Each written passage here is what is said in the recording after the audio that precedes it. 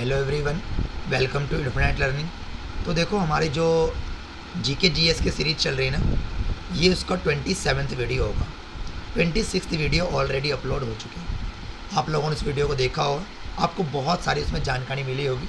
अगर आपने पढ़ा होगा तो अब आप अगर मॉक टेस्ट अगर दे रहे होगे कहीं, तो आपको बहुत ऑलमोस्ट आप क्वेश्चन कर पा रहे हो। अब कुछ और इम्पोर्टेंट क्वेश्चन है जो हम आज के वीडियो में करने वाले हैं। आप लोगों से बस इतना ही कहना है, भाई आप लोग सब्सक्राइब बहुत कम करते हैं, एक दो सब्सक्राइब करते हो।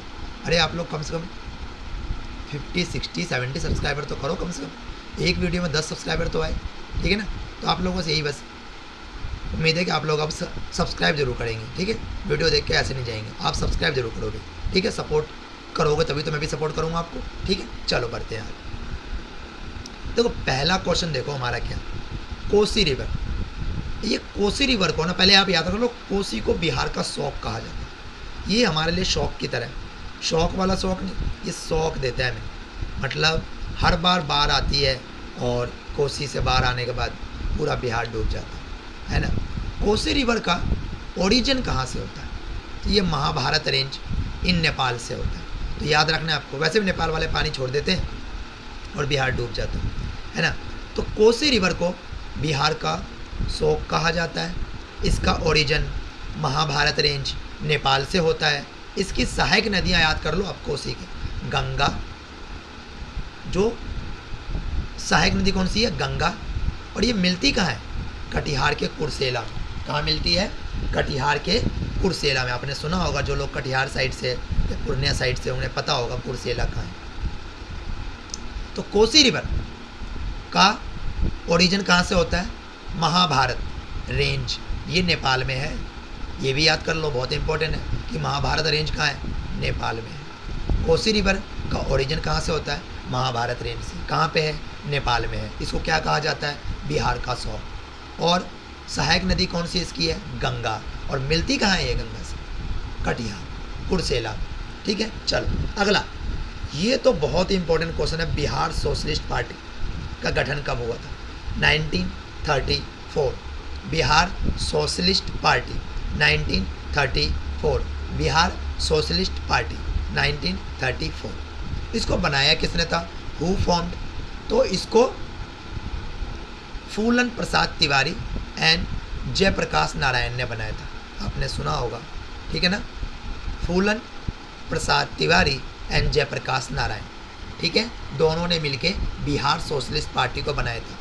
बिहार सोशलिस्ट पार्टी 1934 में इसकी फाउंडेशन रखी गई। और किसने बनाया इसको? फूलन प्रसाद तिवारी एंड जयप्रकाश नारायण, ठीक है। चलो अब अगला क्वेश्चन, भारत के किस राज्य की सीमा बिहार से सबसे अधिक मिलती है? तो याद रखना है, यूपी से 8 बार और झारखंड से भी 8 बार। हम लोग जो बिहार की जो राज्य की जो सीमा है, सबसे अधिक यूपी और झारखंड से मिलता है। आपको पता ही होगा, बिहार के पास यूपी और झारखंड, ये तो उससे ही ज़्यादा बार ये मिला होगा, ठीक है। बाउंड्री ज़्यादा होगी यूपी और झारखंड से। तो बिहार जो भारत का राज्य है, उसमें सबसे अधिक वो 8 बार यूपी से अपनी बाउंड्री शेयर करता है और 8 बार झारखंड से। चलो अगला क्वेश्चन, जो वेस्ट बंगाल भी तो बॉर्डर शेयर करता है, वो भी तो बिहार से सटा हुआ है। पूर्णिया और कटिहार और किशनगंज, 3 जगहों पे बॉर्डर शेयर करता है। पूर्णिया, कटिहार और किशनगंज। पूर्णिया, कटिहार, किशनगंज। कहाँ? वेस्ट बंगाल से। अगर आपको पूछे सबसे अधिक बार किससे करता है, तो यूपी और झारखंड। और वेस्ट बंगाल कितनी बार करता है? वेस्ट बंगाल से 3 बार। पूर्णिया से, कटिहार भी उससे शेयर करता है बाउंड्री, और किशनगंज भी शेयर करता है बाउंड्री, ठीक है। ये तीनों आपने सुना होगा, ये सीमांचल वाला एरिया है, पूर्णिया, कटिहार और किशनगंज। चलो आगे बढ़ते हैं। देखो अगला जो क्वेश्चन है कि चुनाव आयोग द्वारा 1993 में चुनावों में फर्जी मतदाताओं के प्रतिरूपण को रोकने के लिए, जो लोग फर्जी मतदाता देते थे ना, उसको रोकने के लिए ECI, election commission of India, T Sushen लेके आए थे एक, कि उस फर्जी को रोका जाए, ठीक है ना। तो चुनाव आयोग द्वारा 1993 में ये पूछा था सबका, चुनाव आयोग द्वारा किस वर्ष चुनाव में फर्जी मतदान और मतदाताओं के प्रतिरूपण को रोकने के लिए जारी करा? तो 1993 में। और किसने जारी करा था? ECI, election commission of India. किसने करा था? TN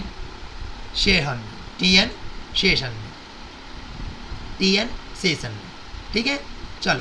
चुनाव आयोग द्वारा 1993 में चुनाव में फर्जी मतदाता और मतदान जो होते थे उसके प्रतिरूपण को रोकने के लिए TN सेशन ने, इलेक्शन कमीशन ऑफ इंडिया ने इसको जारी करा था कि अब फर्जी मतदान को नहीं करें, मतलब हो ही नहीं पाएगा, रोक दिया गया। अब मतदाता सूची जो पंजीकृत होती है उसमें उसको जारी कौन करता है, ये जरूर पूछा जाता है कभी कभी कि जो मतदाता सूची उसको जारी कौन करता है।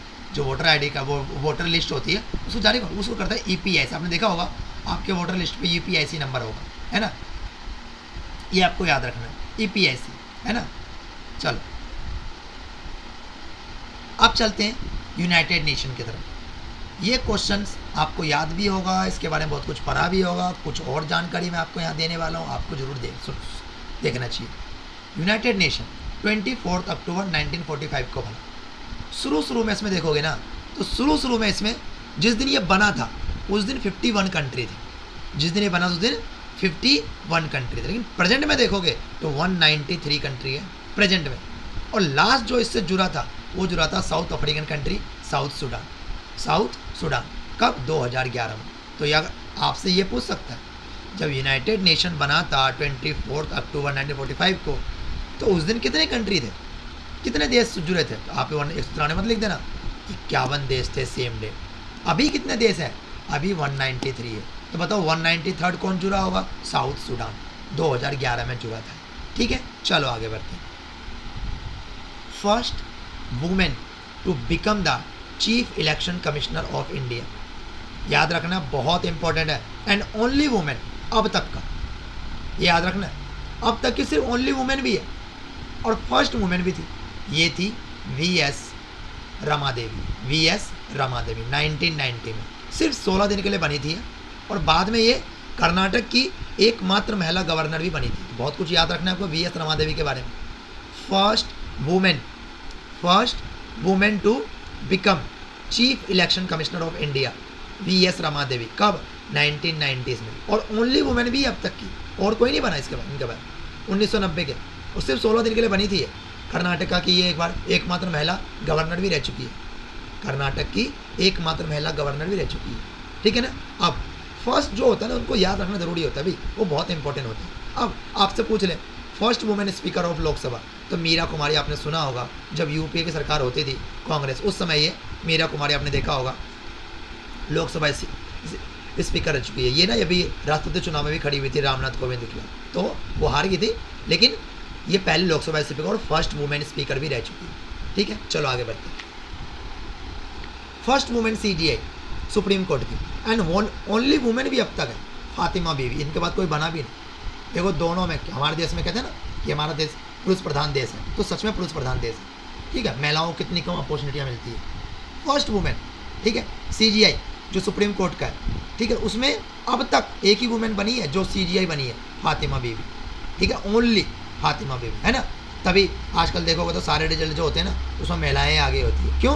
क्योंकि भैया उनको अपॉर्चुनिटी नहीं दोगे तो वो तुमसे इतना नंबर ज़्यादा ले आएंगे कि बेचारे सारे लड़के पीछे रह जाते हैं, है ना, क्योंकि लड़कियां पढ़ने में भी अच्छी होती हैं। चलो अब चलते हैं सुचिता कृपलानी। ये यूपी की पहली CM थी, ये यूपी की पहली CM थी। First women CM in UP Sucheta Kripalani. ठीक है, तो ये आपको याद रखना ऊपर से। First women chief election VS Ramadevi, Karnataka की पहली महिला governor VS Ramadevi, first women speaker Meera Kumar और फर्स्ट वुमेन CJI फातिमा बीवी, सुप्रीम कोर्ट की अब तक की भी है। और सुचिता कृपलानी फर्स्ट वुमेन CM थी, कहाँ की? यूपी की। ठीक है, तो देखो आज का वीडियो हमारा यहीं तक रहेगा। आपको वीडियो पसंद आए तो लाइक करो, सब्सक्राइब करो भाई, कमेंट भी करो। और तो आप लोग यार लाइक भी नहीं करते हैं, सब्सक्राइब तो करो कम से कम, जल्दी सब्सक्राइबर बढ़ाओ भाई। ठीक है, सपोर्ट की ज़रूरत है भाई। ठीक है, सपोर्ट करिए। Thank you for watching.